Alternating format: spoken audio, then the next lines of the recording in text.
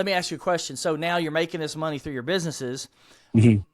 Next question. Are you investing like in the stock market, or are you just investing in these small micro businesses that you're building? So you're putting all your funds into these new businesses. I am. I mean, I'm doing a very small amount in the stock market. I'm doing a very small amount in REITs.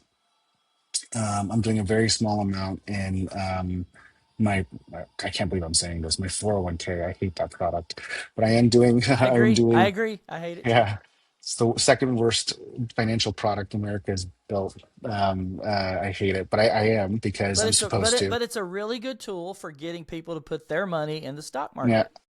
Yeah, so I do that, and then I do, and yeah, that's right. But it's mostly ETFs and mutual funds. But I do direct stock purchasing as well too. But very minimal. And then I do a good chunk in crypto. I do like Bitcoin quite a bit. I like that asset class a lot. And then obviously I save a little for my kids. No college fund or anything like that, but just like in a IRA, right? So just holding some sort of asset that I can put in every month for them, so they have some sort of security in case I'm an idiot and none of this works. Yeah, yeah, yeah. That's a good idea. Well, Yeah, they have the something. reason I was Yeah. asking, is because I got this model. I talk about the three forms of real wealth, which Mhm. is land and real estate, gold and silver, and then businesses that produce some kind of goods or service that's are beneficial to to the community. And so it's interesting to hear you talk about business the way that you do because it fits into that model. I'm not a big stock market proponent because if you get in at the right time, it's great. If you get at the wrong time, it's bad. And it's always up and down. So, when you look back over the last 100 years, 50 of those years, the stock market was actually down. So when you go from like 1929 up into the 1940s, it was in the toilet. And then again in the 70s through up until the 90s, it was in the toilet. So you got two huge periods of time where the stock market was not a good asset class to own. Well, I mean, think about even the last, I don't know, the last 15 years. I mean, we've literally catered out so many people's savings. I mean, if it wasn't for the Magnificent Seven or whatever you want to call it, but like there's just like a dozen companies that are basically carrying the entire Oh, that's stock true. market.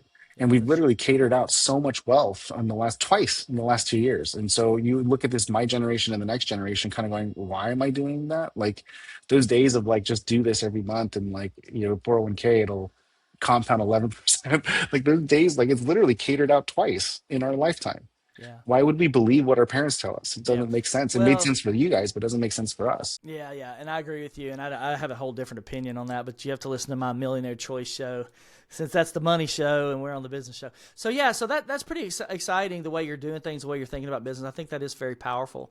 This concept. We started implementing scaling up and traction, which is EOS, Entrepreneurial Operating System, at Dave Ramsey's back in like 2012, 11, 12, 13, 14 It's implementing awesome. those. Yeah, scaling up is Vern Harnish, and it's based on the Rockefeller habits. And then Cool. Gino Wickman was one of Vern's consultants for a while.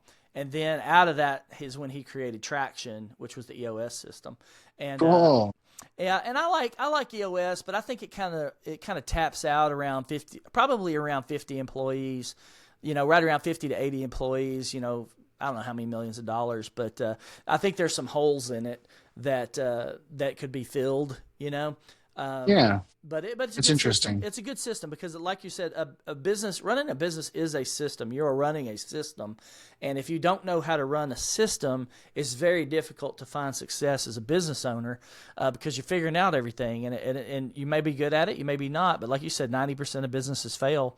But even with your system, 67% of businesses are successful, and that's because you're giving them a system, a blueprint to run a business.